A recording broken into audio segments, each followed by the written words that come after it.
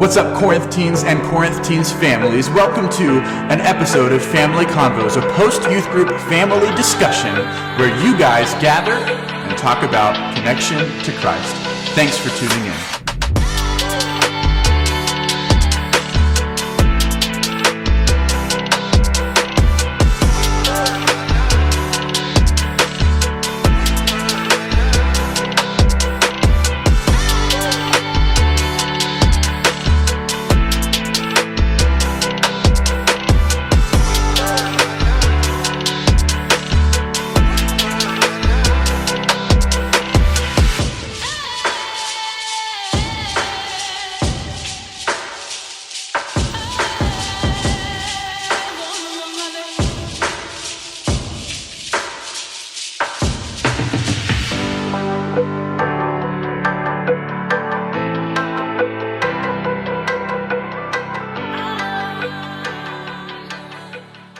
Hey everybody, and welcome to another episode of Family Convos. We're excited to have you with us today as we wrap up our current series about identity called True. We want to call our teens back into the truth of who they are so that their identity is rooted in God's love rather than anything else. In our first week, we talked about Ephesians chapter 1.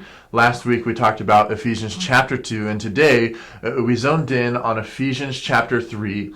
Here's the tension in this letter. Paul is writing to a group of Christians in the city of Ephesus who had forgotten who they were. And because they had forgotten who they were, they had kind of reverted back into old habits and fallen into old temptations. And so Paul says, no. Do not forget who you are.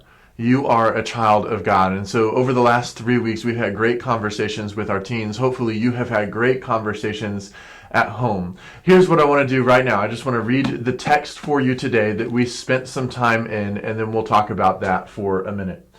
Paul writes in Ephesians chapter 3 a prayer to this church, and here's what he says in verse 17. He says, I've been praying so that Christ may dwell in your hearts through faith, that you, being rooted and grounded in love, may have strength to comprehend with all the saints what is the breadth and length and height and depth, and to know that the love of Christ surpasses knowledge, that you may be filled with the fullness of God. Paul is praying this magnificent prayer for the Christians in Ephesus, but in this prayer, in these words, is also a question. And the question is your identity rooted in performance-based love, or is it rooted in God's love?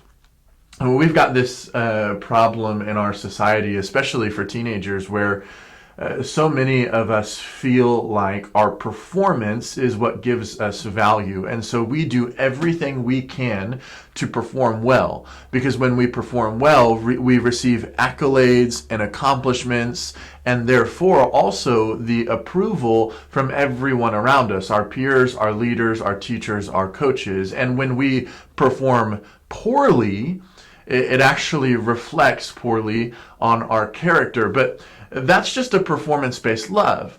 And the danger of having a performance-based love is that we can translate that into our faith. And then we therefore believe that if we sin or we fall short of God's glory, then that makes God love us less because we didn't perform well. Or even probably more dangerous, we can actually manipulate God into quote unquote loving us more if I do this great thing, or if I preach this great sermon, or if I share my faith, that God would love us more. But the truth that's found in Ephesians chapter 3 is that our identity is not associated with performance, but it's rooted in God's love, demonstrated by the cross of Jesus Christ.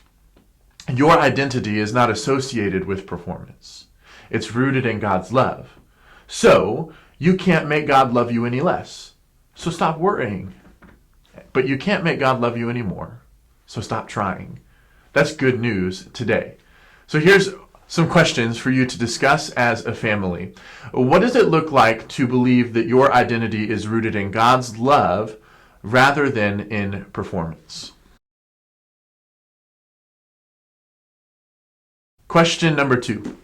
Everything you need to know about who you are is found at the cross of Christ. How does the cross demonstrate God's love for us?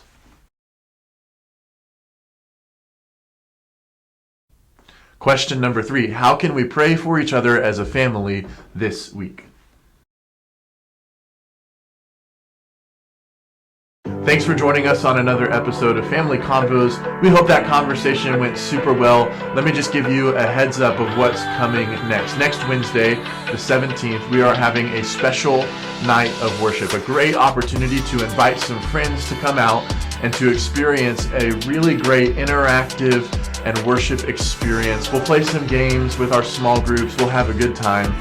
We hope that you'll come out for that. We won't have Family Convos next week, but after that, we'll start a brand new series, and we'll be pumped and ready to have great conversations as we connect teens to Christ through ministry environments. Hey, we're so grateful for you, and we hope you have a great week. Until next time, peace and grace.